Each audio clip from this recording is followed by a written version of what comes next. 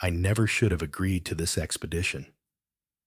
The stories about the lost underwater city were supposed to be myths, old legends passed down by fishermen and sailors, warning of cursed waters where no ship dared to linger. But when Dr. Elias Carter, a renowned marine archaeologist, invited me on this dive, I couldn't resist. The promise of discovering a forgotten civilization hidden beneath the waves was too tempting. Now, as I descend into the abyss, surrounded by nothing but the deep, unbroken darkness of the ocean, I feel an unease creeping up my spine. The water is unnaturally cold, far colder than it should be at this depth. My diving suit does little to keep the chill from seeping into my bones. The light from my helmet barely penetrates the gloom, revealing only vague outlines of ruins stretching into the shadows. "Everyone still with me?" Elias' voice crackles through the comms. One by one, my teammates confirm. Dr. Carter, Lena, and Mark. We're all here, drifting silently over what looks like the remnants of an ancient temple. Massive stone pillars rise from the seabed, covered in layers of coral and sediment. Strange carvings cover the walls, eroded but still eerily distinct. I run my gloved fingers over the markings, feeling the grooves beneath centuries of marine growth. They don't resemble any known language. "See that?" Lena's voice cuts in, laced with excitement. "There's something up ahead." I turn my light in her direction. A colossal structure looms before us, half buried in silt. It looks like an entrance. Two towering statues on either side, their faces worn away by time. But even without their features, something about them unsettles me. The way they lean slightly inward, as if watching, judging. Mark moves ahead, brushing away the sand from an engraved stone tablet near the entrance. As the symbols come into view, a sudden pulse of static rushes through our comms. A high-pitched whistle follows, almost like a scream, then silence. "What the hell was that?" I ask, my voice echoing in my helmet. "Probably interference," Elias mutters, but I catch the hesitation in his tone. Lena isn't convinced. "There's no signal out here. That shouldn't have happened." The moment stretches uncomfortably. Then Mark speaks, his voice quieter than before. "Guys, I think this door was sealed from the outside." I feel my stomach tighten. "What?" He points at the edges of the massive stone doorway, where jagged cracks suggest someone or something forced it shut. I swallow hard. The legend spoke of a city drowned by vengeful gods, of spirits who still walked its submerged streets, of a place never meant to be found.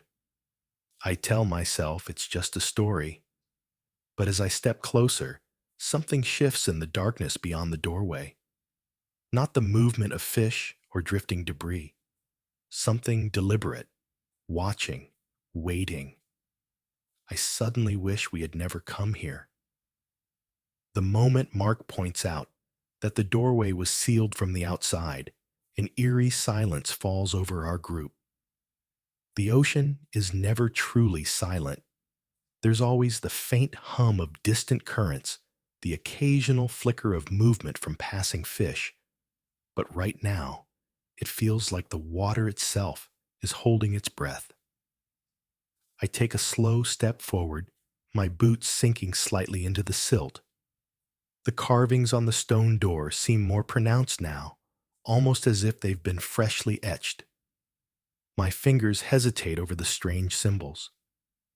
A part of me wants to turn back, to convince Elias that we've seen enough.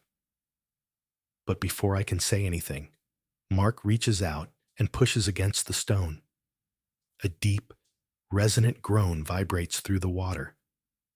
The door doesn't swing open so much as it shifts, the sediment around its base swirling as a long-forgotten mechanism grinds to life.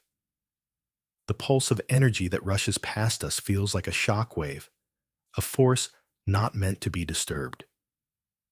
My breath catches in my throat. The pressure around us changes, as if the ocean itself is tightening its grip. Then, from within the newly opened passage, something moves. At first, it's just a shadow, a trick of the light, I tell myself. My flashlight beam flickers over the darkness, illuminating a vast chamber beyond the doorway. Statues line the walls, their forms twisted, faces distorted in expressions of agony. Some look almost human. Others don't. Lena gasps. Did you see that? I whip my head toward where her light is fixed. A figure drifts just beyond the reach of our beams, vanishing into the shadows as quickly as it appeared. My pulse spikes. No fish moves like that. No natural creature would remain so still, watching. We're not alone, Mark murmurs. Elias exhales sharply. It's probably just... The lights flicker. For a split second, total darkness swallows us. And in that moment, I feel it. Something brushing against my arm. Not the current, not drifting debris. Something solid. The lights return, and I spin around, heart hammering. Nothing. Just my team. All of them equally frozen, equally shaken. I don't like this, Lena whispers. Neither do I. But Elias is already stepping through the doorway, his curiosity outweighing his fear. We came here for answers. Let's not turn back now. Reluctantly, we follow. Inside, the chamber is enormous, stretching far beyond the range of our flashlights. The walls are covered in murals depicting scenes of worship, of sacrifice. A towering altar stands at the center, covered in barnacles and time-worn offerings. Bones, long since stripped clean, rest at its base. Human bones. A sharp crack echoes through the water. I whirl around, barely catching a glimpse of a shadow darting between the statues. My chest tightens. Something is here, watching us. Then, from the darkness, a voice, a whisper, low and distorted, carried through the water like a current from the past. You should not be here. A cold dread sinks into my stomach. I don't know if I actually heard it, or if my mind is playing tricks on me. But the others heard it too. I see it in their eyes, the way their breath quickens, their movements hesitant. Then in the shifting light, I see them. Figures emerging from the darkness. Their forms are humanoid but wrong. Elongated limbs, hollowed out faces, eyes that glow with an unnatural light. They do not swim toward us. They drift, effortless, weightless, watching. One of them raises a hand, fingers stretching like tendrils. The water around us feels heavier, pressing in as if the ocean itself is reacting to their presence. My body screams at me to run. But where? We are trapped in their city, breathing borrowed air, surrounded by something ancient and hungry. And then, just as suddenly as they appeared, they begin to move. Toward us. We should have run the moment we saw them. But in the crushing silence of the ocean, surrounded by the ruins of a lost civilization, we stood frozen, watching as the figures drifted toward us. Their hollow eyes glowed faintly in the darkness, their elongated limbs moving with an unnatural grace. My instincts screamed at me to escape, but my body refused to obey. Lena was the first to react. Go! Now! She shoved Mark, snapping us out of our trance. He turned and kicked off the ground, propelling himself toward the entrance. I followed, my heart pounding against my ribs. The water felt thicker, resisting our movements, as if something unseen was trying to hold us back. Elias hesitated for a moment, staring at the figures with a mix of awe and terror. One of them reached for him. I grabbed his arm and yanked him backward, just as a long, twisted hand brushed past his helmet. The water around it shimmered, warping like heat waves. Elias let out a choked gasp, clutching his head. His breathing grew ragged, panicked. We surged toward the entrance, but the ruins had changed. The doorway we had come through, gone. Only a solid stone wall remained. No, no, no! Mark slammed his hands against the wall, his voice laced with panic. It was right here. It was... A shadow flickered at the edge of my vision. I turned. The figures were still there, but they were closer. Much closer. I lifted my flashlight, aiming the beam directly at one of them. For the first time, I saw it clearly. Its face was gaunt, stretched impossibly thin over what looked like a human skull. Its skin, if it could even be called that, shifted like liquid, rippling with the movement of the water. Its eyes were not eyes at all, but empty sockets filled with a dim, eerie glow. Lena whimpered, "They're not just watching us, they're playing with us." Elias groaned, gripping his helmet like he was trying to block out a sound we couldn't hear. I can hear them, in my head. I didn't ask what they were saying. I didn't want to know. The water around us stirred, a sudden current pulling at our bodies. At first, I thought it was natural, but then I saw the figures moving their hands. They were controlling the ocean. Mark was yanked backward, his body flung against a pillar. His scream was swallowed by the water, bubbles escaping from his regulator. Before I could reach him, something wrapped around his leg. It was not a hand. Not entirely. It was part of the water itself, shifting, solidifying, dragging him down. "Mark!"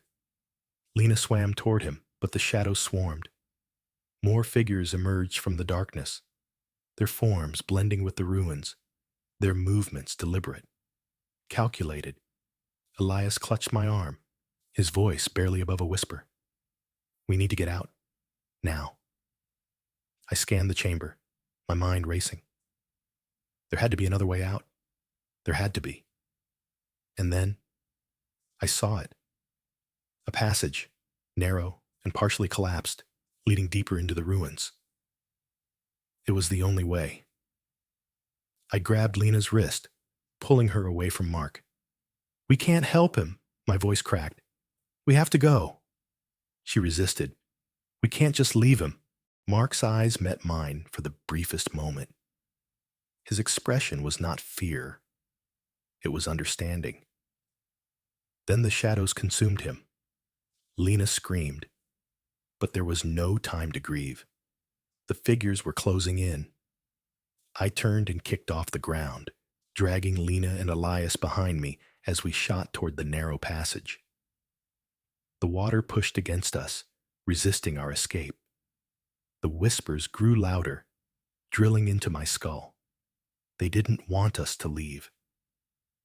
As we reached the entrance of the passage, I risked one last glance behind me. The figures hovered in the chamber, their glowing eyes fixed on us. They did not chase. They did not follow. They didn't have to. Because as we entered the tunnel, the walls began to close in. The tunnel was a suffocating narrow crawl through a forgotten world. The walls, slick with an unnatural moisture, pressed against me, forcing me to keep my body flat. The water, though slightly clearer here, still carried an oppressive weight, as if the ocean itself had grown hostile. The current pulled at us relentlessly, like an unseen hand pushing us further into the depths. I kept moving, my arms cutting through the water, with strained, desperate strokes, but every part of me screamed to turn back. The darkness around us was consuming, swallowing our light, and for a moment, I wasn't sure if the passage would ever end. But I couldn't stop now. Lena was beside me, her breathing sharp, her movements frantic. Elias, usually the calm one among us, had already fallen behind. I could hear him muttering under his breath, his voice shaky. This can't be happening. This can't be real. I gripped my flashlight tighter, the beam illuminating the passage ahead, but it was barely enough to see more than a few feet in front of me. I could hear the faint echoes of something, or someone, moving in the darkness behind us. Not the soft scrape of coral, not the gentle shift of sand, but something that moved with purpose.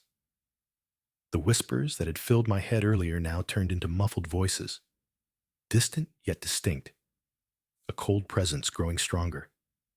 They weren't coming from the figures, not directly. They were coming from Skorker, inside. And the walls, the space around us seemed alive, as if it were feeding on our fear, amplifying it. I couldn't breathe. I couldn't think. All I could do was move. Finally, the tunnel began to widen, but not by much. The space in front of us opened into a large chamber, a hollowed-out cavern, the remnants of something grand once upon a time. Broken pillars rose like skeletal hands, reaching toward the ceiling, and ancient structures lay in ruins, their jagged edges sharp and unforgiving. But none of that mattered. What mattered was the way the room felt, how the air thickened with the same oppressive weight that had clung to the ruins outside. And in the center of the room, a dark shape stood. It was not human.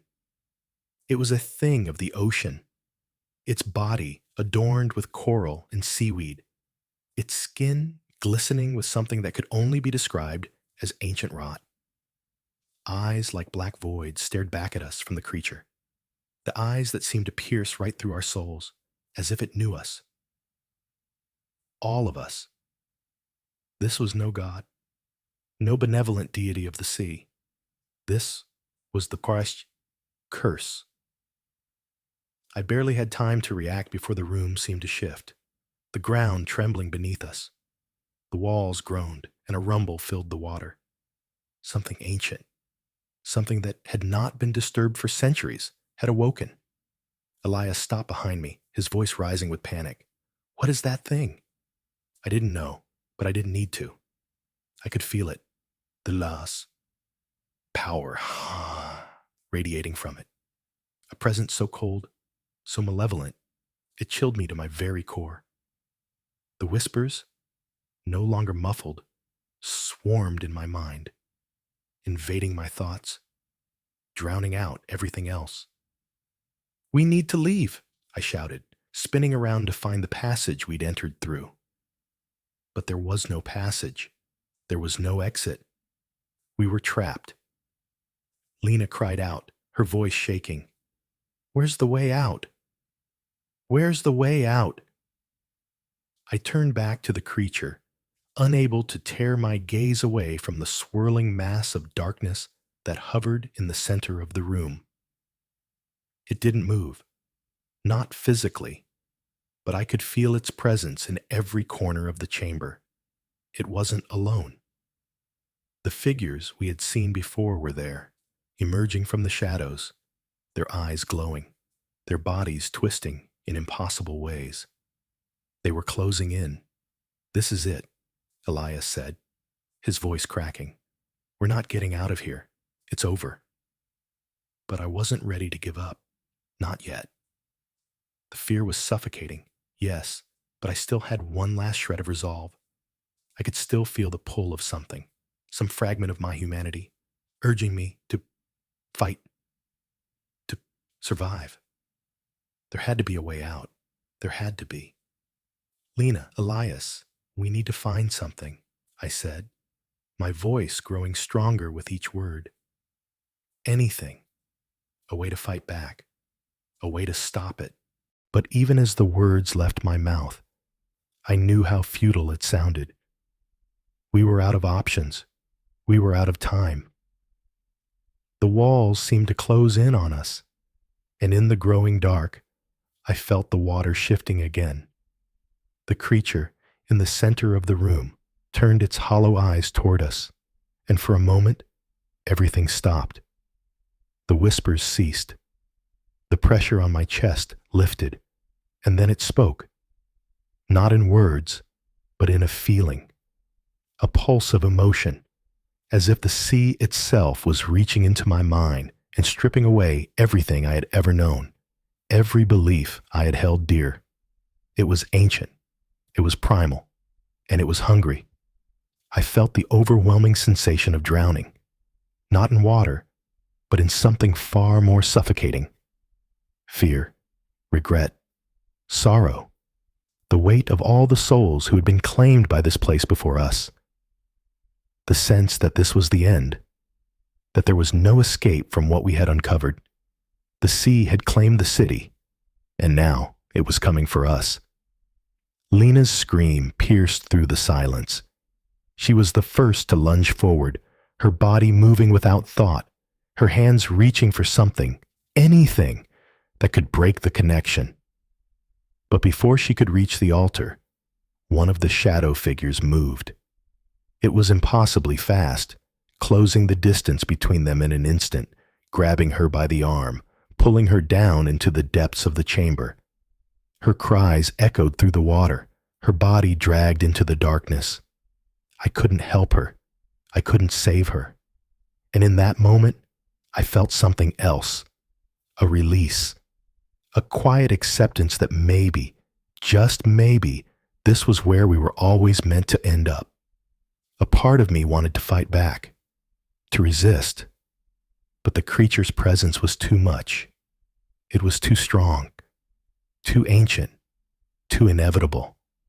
And then the whispers returned, filling my mind once more, repeating the same words over and over again.